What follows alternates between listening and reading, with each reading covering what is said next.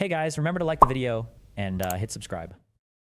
Point number two, the dearth in critical thinking, media literacy, and epistemology is really a plague in the US that has significantly accelerated the ability of misinformation and disinformation to spread. So it's sort of like True. advocating that we've got to put this stuff back in school curricula, Yeah. probably when kids are like 8 years old. Seems like a reasonable place to me. Wow. How's and then your kid? I got a Sorry? 7-year-old. She's about ready for it, I think. I agree. And we actually look at, in Finland, it's so depressing, but not only are the 8-year-olds good at critical thinking in Finland, their Spanish as a second language is so good that they can do the critical thinking class in Spanish. It's so Wait, is he trolling or wait, in Finland do they take Spanish as a second language? a second language is so good that they can do the critical thinking class in Spanish. It's so depressing to see. I mean, it's night and day what's going on over there. And then number three, that a lot of the problems that the US is facing, that we are often told we're too big of a country or too diverse of a country to solve these problems, they've actually been solved in a lot of different parts of the world. And so it's sort of like a tour through political successes as well. Fuck. You know what sucks? You know what's annoying? You know where a lot of these Euro cucks learn how to speak English? They don't even have to go to school for it. They learn it by watching all of our media. I think a lot of people that I've spoken to from, because I think Melina said that, from watching my videos, ironically enough, the grooming. And I heard that from other Swedes as well, that like, oh, like you kind of take Sweden, or you take English in school and you kind of learn it, but it kind of sucks, it's whatever. But by consuming a ton of American media, you learn a ton of English that way. So they all get English for free, is what I'm saying, which is bullshit. Yeah, that's interesting because that you broaden that out quite a bit beyond, kind of just the right-wing echo chamber part and describing it like that. And I'm glad you did, because I want to get to the right-wing crazies in a second. But like, having done the research on this, having looked at other countries, when you're assessing the damage here, like obviously some of it, right, is Fox and the right wing echo. We can do the exact same thing. Why do you keep saying that? You're gonna watch what, Swedish TV? Give me a break. But some of it is also technology, right? Like some of it is also cultural things that are happening in the country. So like, how do you, when you're kind of reflecting on it, like how much do you point at those guys are bad, and like how much is it other like bigger issues we need to resolve? It's a lot of other bigger issues. I mean, there's no doubt that I have a perspective and a political bias that's mine, but I'm really looking more broadly. I mean, just to give you one example, there's a Pew study I talk about in the book about whether people can distinguish fact and opinion. Because even before we argue as to what the facts are, can we even tell whether we're talking about fact or opinion? And Pew did this study where it gave people 10 statements like chocolate ice cream is the best, which we would know, of course, is an opinion. Most people agree it's an opinion. And like Democrats are slightly better at figuring out in this study the opinions versus the facts, but not really by that much. It's like it's clearly a country issue that we have here. So a lot of the not for us, the though, policy guys, right? ideas I favor are certainly more associated with the political left than the right. But the problem as I diagnose it is a much broader than just a right-wing problem in this country. Yeah, the fact versus opinion thing is funny. I was just talking to somebody yesterday who was, there is an increasingly familiar, as a former Republican, comment I hear from folks on the left who are consumers of media. They're like, the mainstream media is terrible. They're out to get us. Like we have to push back on them. And there's areas where I agree with that and areas where I disagree. But like an important part of this is this distinction, actually, the opinion versus fact. I was saying to this person yesterday, I said, the New York Times, I might not love the way they handle Donald Trump, right? And I might not love all the opinions in the opinion section, but like they're reporting on the health outcomes in Africa. It's like pretty good, and David Pakman and Tim and whoever, we're not, and Bulwark, and like that's not in our remit, and so we can't like totally throw the baby out with the bathwater.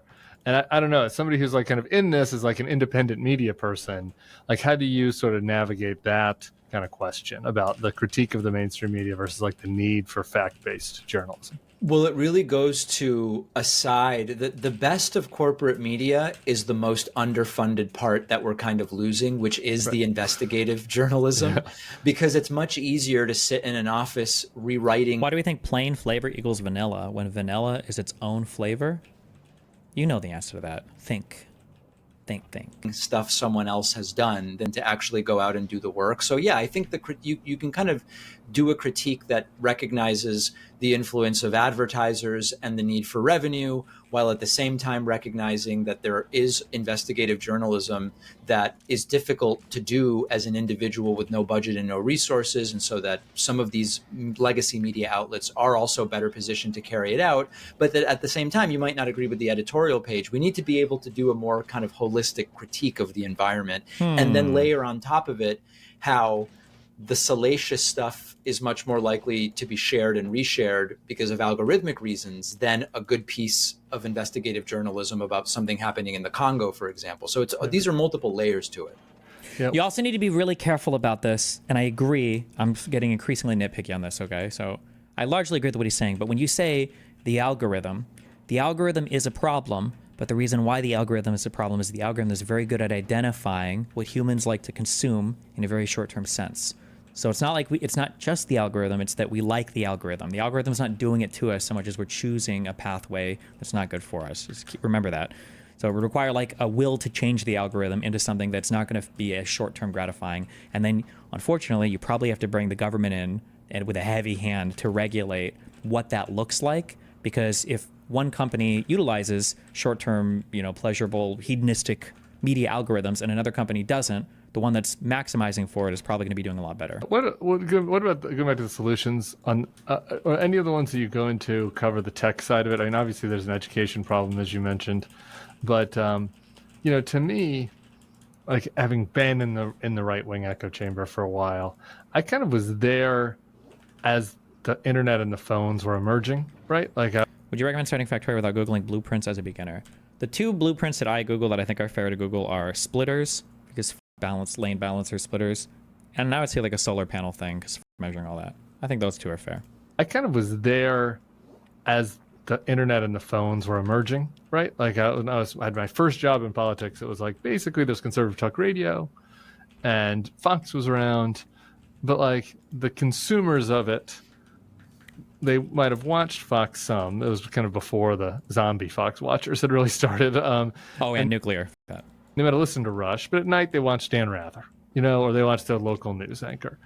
And now those same people, are fully subsumed by like a right-wing ecosystem in their phone. And it's like they're not getting any regular.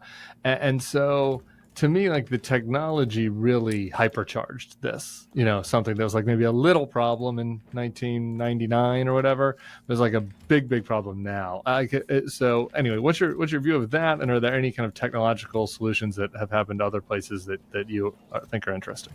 I delve into that a little bit. It's actually going to be essentially the total topic for my second book, which I'm starting to work on. So, check with Already me in a a year. second We can work book? it out live. We can we're sort of drafting it right now. There's, this is another area where it's very easy for left and right to end up in algorithmic echo chambers. So there's a bipartisan aspect to that. Yeah. More pointedly, though, we did see in recent elections that benefited the Republican Party more insofar as narratives that were untrue but beneficial to the Republican candidate did spread more on platforms, including Facebook and others. That recent study in November found that TikTok was the only platform that was politically sort of 50-50. I think in terms of the politics, it was like 54-46, leaning to what are traditionally considered like more left-aligned views. But I'm willing to bet that it was heavily anti-establishment through and through. It was probably only close to 50-50 because of all the pro-Pally people, but they were solidly Democrat Party haters. But all the other platforms, like we know Facebook, if we're on it, we've seen what's happened with X, YouTube. In Q1 2025, the left is actually growing more quickly, but that's the first time that that's ever happened. We know that most of these platforms really have been dominated by the right, and the reasons for that, including the funding of it, I talk about extensively in the book. Yeah. So let's hear a little bit more.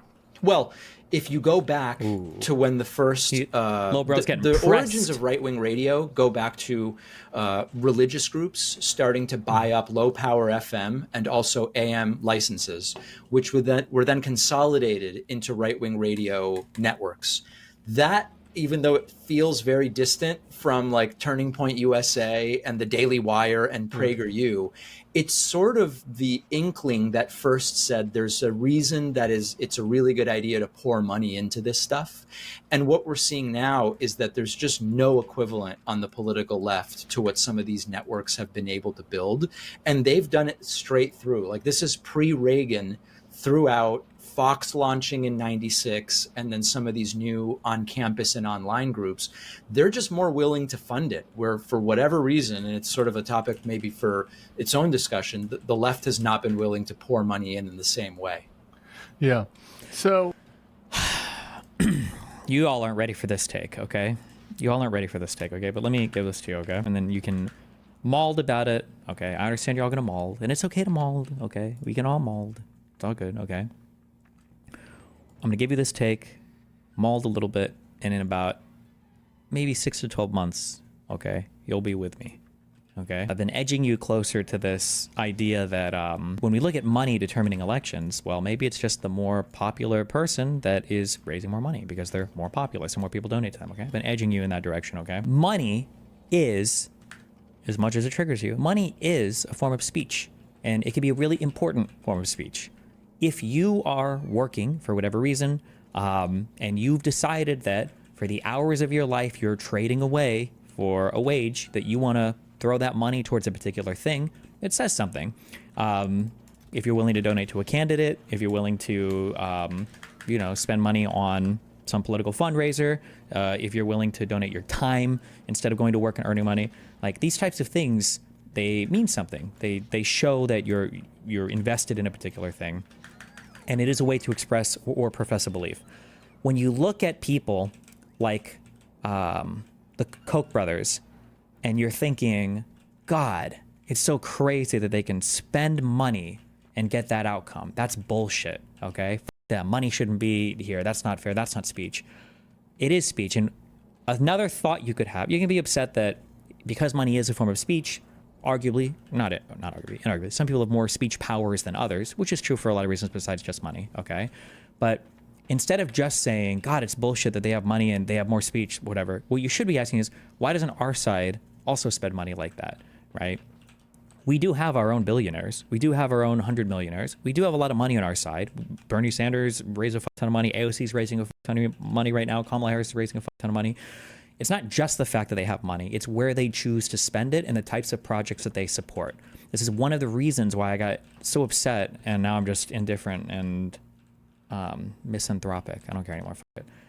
When I look at all the insanely wealthy lefties that don't do anything with their money in terms of organizing, right? Vosh, I guess, is autistic, so maybe that's his excuse. Hassan is just a subhuman, right?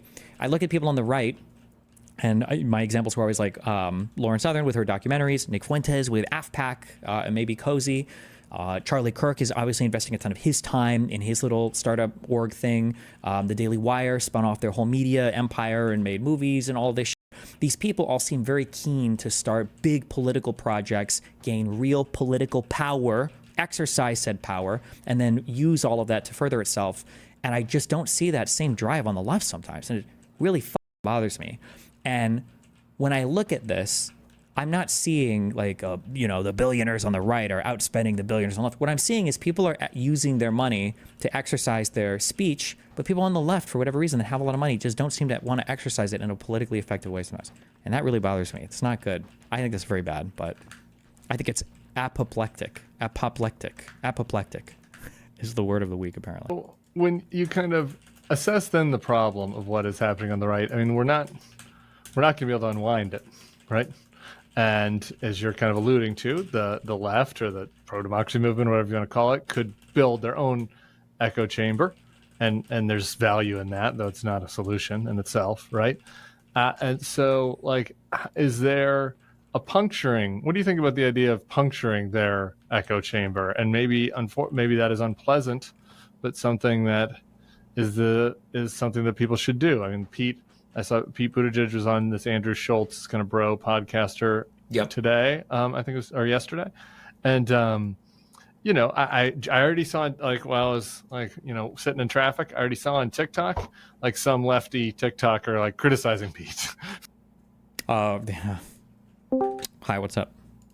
Oh, can you hear me? Yeah. Hey, oh, sorry. Before I go in, I know you care about audio quality, and I've been coming on for a little while now, so I busted out some of my old audio equipment. Yeah, you're gonna I just use want to it? make sure I sound well. I thought I was, but I guess I'm not. I've got it plugged in now. I don't know. Do I sound okay, or Tap your I microphone. don't know how many people know. Okay, do you have a webcam connected right now? I do. Okay, I think your webcam mic is what's being picked up because I didn't hear you tap your microphone at all there. So, Just plug it up. Unplug that. Oh, okay. Switch device. Okay. Can you hear this when I'm tapping? maybe tap your mic. No, it's not using the right mic. Yeah. Can't hear that. Well, just why not just unplug the other one? I did unplug it. This is the only microphone I have plugged in right now. Well, how can I not hear you plug or tap your microphone then? I mean, I went to law school. I didn't. Well, do you have ananother just get to learn secret about audio microphone equipment. inside the room that is picking it up?